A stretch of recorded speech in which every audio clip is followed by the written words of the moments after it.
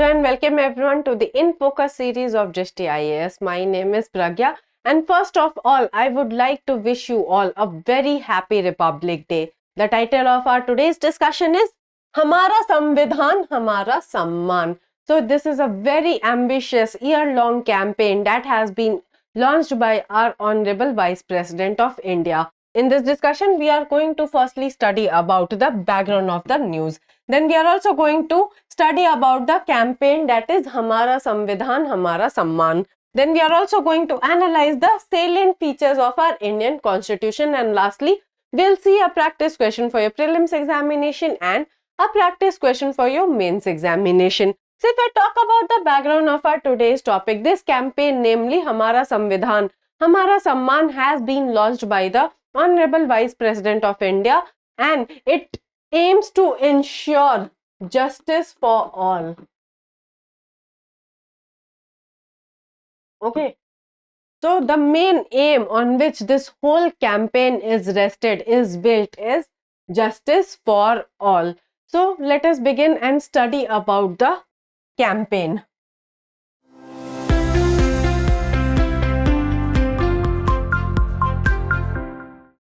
So the campaign that is Hamara Samvidhan Hamara Samman is a year-long campaign and it aims to reform our collective commitment to the principles enshrined in India's constitution and celebrate the shared values that bind our nation together. The countrywide initiative will reflect the sense of pride and responsibility towards upholding the ideals of the constitutional framework. And this campaign has been launched to celebrate the Republic Day by our Honorable Vice President of India. Moving forward, the nodal ministry for the successful implementation of this campaign is the Ministry of Law and Justice. Okay, so what are the subjects of the campaign? The subjects on which the campaign is based. So they are firstly, Sabko Nyay Har Ghar Nyay. That means justice will be brought to all. No one will be left behind. They will ensure that the justice reaches at the ground root level and the villagers will be connected with the village entrepreneurs.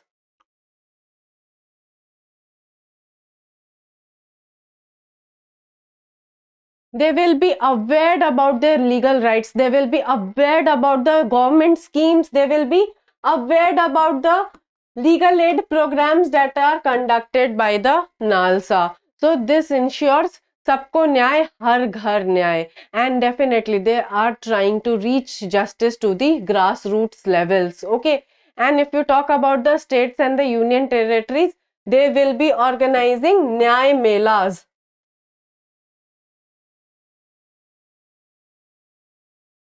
And similar such awareness programs so that we can be aware about our legal rights as well as the recourses that we can take.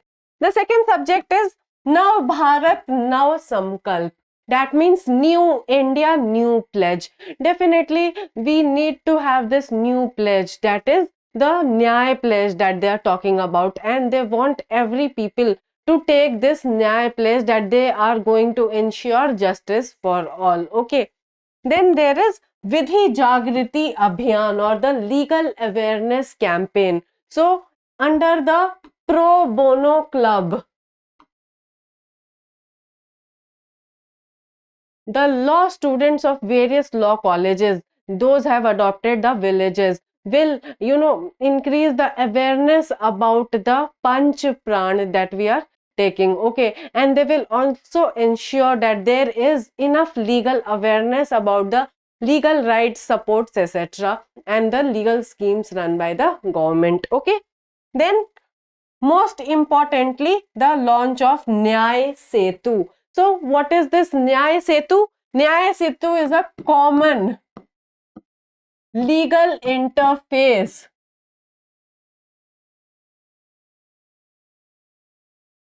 for legal advice, for legal support,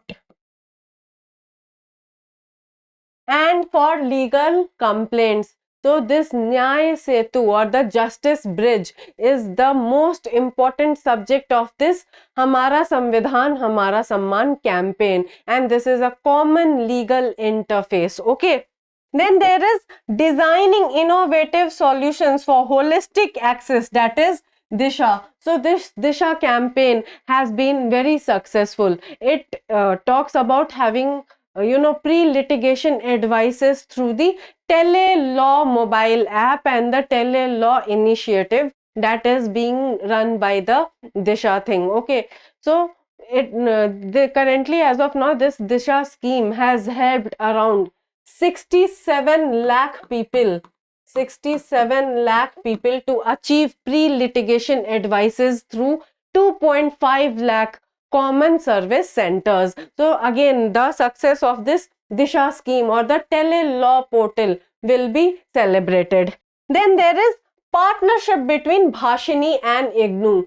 So to enhance justice in local languages, to remove the language barrier in legal services, the Bhashini and 𝐸𝐻 have come together and they have partnered with the Department of Justice, Ministry of Law and Justice, Government of India, so that they can finally remove the language barriers from legal awareness, legal education things. Okay, moving forward, let us know about the Panch Pran that we are planning to take, and we also want our Indian people to take at every grassroots level, be it villages, be it states, or be it union territories. So what are these Panch Pran? Firstly, to make India a developed nation. Secondly, to eradicate the mentality of slavery. To take pride in our rich cultural heritage. To uphold national unity and fulfill the duties as a citizen. And lastly, to honor those who defended the country. So this Panch Pran that we are taking and urging the people to take follows the basic principles and ideals on which the independence of our country was based. Okay, and which want the people to follow. Okay, moving forward, let us analyze the salient features of our Indian Constitution, because we celebrate Republic Day as the enforcement date of our Indian Constitution, and that is why it is very important to know that what are the salient features of our Indian Constitution. So the first and the foremost feature is lengthiest written constitution. So we have discussed the salient features of our Indian Constitution in the Polity Primer series as well, and we all know that yes, we were deprived of our various rights during the British rule. The right to freedom of speech and expression, the right to life, personal liberty, equality, justice. So we were deprived of most of our fundamental rights, and that is why our founding fathers have written it down all, and no one can deprive us of our right without following the due procedure of the law. So the Constitution of India is the lengthiest of all the written constitutions of the world. It is a very comprehensive, elaborate and detailed document which showcases the true ideas, inspirations of a diverse nature, and it follows the concept of unity in diversity. Moving forward, we also have the preamble to our Indian Constitution. So the preamble to the Indian Constitution was adopted at last. It was not adopted at the first, it was adopted when we made our whole constitution, and it is based on the objective resolution by Jawaharlal Nehru, our Honorable First Prime Minister of India. So the Constitution begins with a preamble that outlines the fundamental values and aspirations of the Indian people, emphasizing justice, liberty, equality and fraternity. And let me know in the comment box below the 3 kinds of justice that the Indian preamble mentions about. Okay, moving forward, we also have our fundamental rights and the directive principles of state policy. Fundamental rights are very important because we were deprived of our basic rights in the British rule, and that is why these fundamental rights have been explicitly enshrined to us in our Indian Constitution, and the state cannot deprive you of your fundamental right without following the due procedure of law. Why directive principles of state policy? Because we were inspired by the communist movement. And we always wanted to be a welfare state. And at such scarce resources which we had at our independence, it was important to become a welfare state first, because we were struggling with many things. And that is why we have this aspirational directive principles of state policy, which an ideal state should follow for the welfare of the people. Moving forward. Then India is also a secular state. But this feature of secularism was not present in the Indian Constitution originally. It was added to the 42nd Amendment Act. Okay. So originally we did not explicitly mention this word secularism, but we were indeed secular in nature. We followed the basic ideals of secularism, and we were very different from the concept of Western secularism. In West, secularism is a very negative concept, but in India we follow a concept of positive secularism. So India is a secular state, meaning there is no official religion, and the government treats all religions very equally. So secular state, secularism is the basic structure or basic feature of our Indian Constitution. Let me know in the comment box below in which case the Supreme Court has declared secularism as the basic structure of our Indian Constitution. Then there is universal adult suffrage. You might find it interesting that the women were finally granted universal adult suffrage in the year 1949 when we adopted our Indian Constitution. Before that, they did not have complete right to vote. So universal adult suffrage is also a very important salient feature of our Indian Constitution, which guarantees us a right to vote without any discrimination on the basis of caste, creed, gender, ethnicity, place of birth, etc. Irrespective of the fact, and if you are not disqualified by law to vote, you have a right to vote for you choosing your own government, and this shows the spirit of a true democracy. Moving forward, then we have independent judiciary. The Constitution establishes an independent judiciary with the Supreme Court at the apex, ensuring the rule of law and protection of citizens' rights. So the Supreme Court is the guarantor and the protector of the fundamental rights in India. Okay, and it is the final interpreter also of our Indian Constitution. So the Indian Constitution has established an integrated and independent judiciary.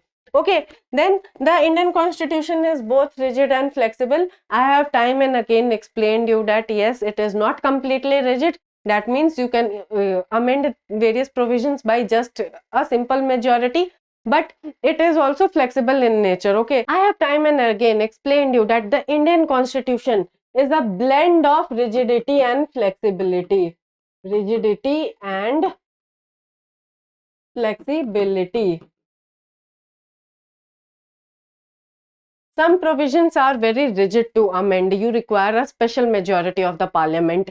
But some provisions can be amended by just a simple majority of the Indian Parliament, and that is why we say that the Indian Constitution is a blend of rigidity and flexibility. Then there are other salient features of Indian Constitution as well, such as the single citizenship. Okay, constitutional bodies. Constitutional bodies, for example the Election Commission of India, for example the Union Public Service Commission, the State Public Service Commission, all of these are the unique constitutional bodies that have been established by our Indian Constitution. And the most and the important salient feature of our Indian Constitution is the amendment procedure. Amendment procedure. which shows that the Indian Constitution is not static in nature. It is a very living and a dynamic document, and it changes itself from the changing needs of the society. You also have emergency provisions in our Indian Constitution. So, with this, we come to a conclusion of our today's discussion. We have seen the campaign Hamara Samvidhan Hamara Samman. We have also analyzed the salient features of our Indian Constitution, and we have also seen that why is Constitution important to us, because it is our guiding light. It enshrines all of the aspirations of a very diverse nation. Okay, now let us analyze a practice question for your prelims examination. So the question is, consider the following statements. Your statement 1 is single citizenship. Your statement 2 is strictly federal form of government. Your statement 3 is emergency provisions. How many of the above mentioned statements do not come under salient feature of the Indian Constitution? Kindly note this word do not. You often get confused in your preliminary examinations by such negative words. So that is why it is important to read the question paper and question very carefully. Your option are, option A is 1 and 2 only, option B is 2 only, option C is 1 and 3 only, and option D is 1, 2 and 3. Kindly drop your answer in the comment box below. Now let us discuss a practice question for your mains examination.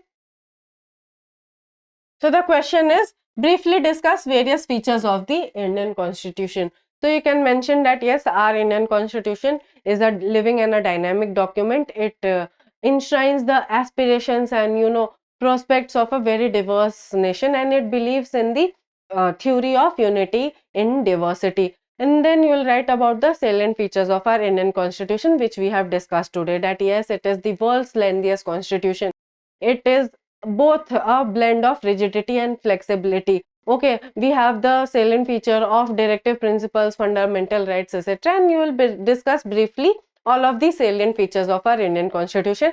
And you can conclude that yes, our Constitution is not a static document. It is a very dynamic and a living document, because it has the power to change itself as per the needs of the changing society. So you can conclude very holistically. I hope this session was insightful for you. If you have any feedback regarding this session, kindly drop it in the comment box below. If you found the discussion to be helpful and liked it, kindly like the video and subscribe to our channel for more such interesting updates. Thank you.